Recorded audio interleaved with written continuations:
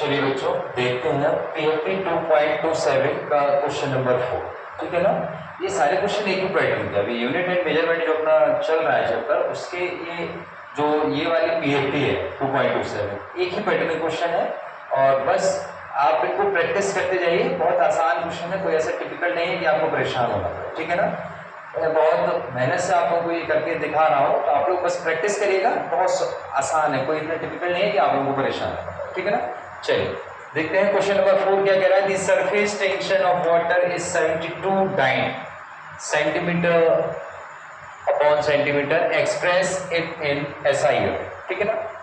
Simple सी बात है, surface tension जो है इसकी आपको सीजीएस यूनिट में वैल्यू गिवन में है, कन्वर्ट उसको एसआई सिस्टम में करना।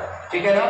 चलिए तो सबसे पहले ये जो फिजिकल क्वांटिटी अपने पास में है सरफेस टेंशन, ठीक है ना, तो इसका अपन लोग क्या काम करेंगे, डायमेंशन फॉर्मूला, जैसे कि हर क्वेश्चन में निकाल रहे हैं। ठीक है ना। तो डायमेंशन फॉर्मूला निकालेंगे। इसका फॉर्मूला अपन लोगों को पता होगा, सरफेस टेंशन, बहुत आसान है, फोर्स, इसका फॉर्मूला होगा फोर्स अपॉन के लेंथ। ठीक है ना। अब यहां से डायमेंशन फॉर्मूला बना लेंगे। फोर्स से क्या होता है बेटा dimension formula, M L T to the power -2 and length L, तो ये कन्वर्ट होके कितना बन जाएगा, M T to the power -2। ठीक है ना। ये डायमेंशन फॉर्मूला हो गया किसका, सरफेस टेंशन का। अब अपन लोग को देखो सीजीएस से कन्वर्ट करना है एसआई में। ठीक है ना। सीजीएस से कन्वर्ट करना है एसआई सिस्टम। ठीक है ना। कोई बात नहीं, वैल्यू लिख लेते हैं। N1 equal to M1 equal to L1 equal to and T1 equal to, N1 की वैल्यू अपने पास में कितनी दी है, 72। ठीक है। M1 की वैल्यू 1 ग्राम, L1 की वैल्यू 1 सेंटीमीटर एंड T1 की वैल्यू 1 सेकेंड। ठीक है ना। इसमें देखिएगा ऐसे ही सिस्टम में N2 की वैल्यू ये तो निकालना ही है अपन को। ठीक है ना।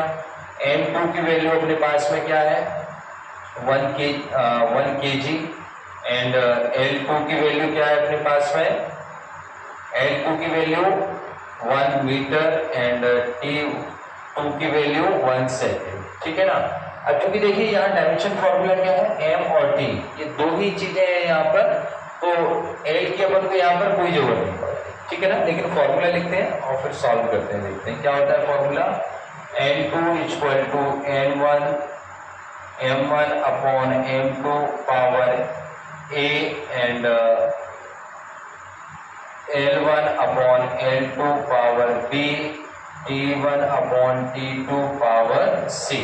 ठीक है ना। वैल्यू पुट कर देते हैं। N2 इक्वल टू N1 की पावर कितनी है अपने पास में बेटा, 72। M1 की पावर वैल्यू कितनी है, 1 ग्राम, तो 1 लिखेंगे यहाँ। M2 क्या है, 1 kg, इसको कन्वर्ट कर लेंगे ग्राम में, यहाँ पर 1000 हो जाएगा। ए की वैल्यू बेटा क्या है, देखिए यहाँ से ए की वैल्यू निकाल लेंगे ना, बताइए कितनी होगी, कितनी होगी, A equal to 1 and C equal to -2। ठीक है ना। B की वैल्यू होगी नहीं, कुछ 0 होगी क्योंकि L है नहीं वहां पर। ठीक है ना। तो इसलिए ये वाला इस पोर्शन इसका कट कैंसिल हो जाएगा। ठीक है ना। तो T1 की वैल्यू रखेंगे सीधा अपन लोग यहाँ पे, कितना होगा, 1 अपॉन 1 होल पावर -2। 1/1 है तो इससे भी कोई मतलब नहीं है अपन को। N2 इक्वल टू, इसकी वैल्यू क्या हो जाएगी, 72 इंटू 10 टू द पावर -3। ठीक है ना।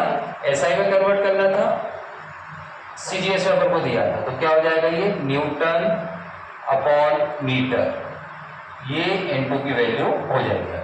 यही क्या होगा आपका आंसर। Thank you.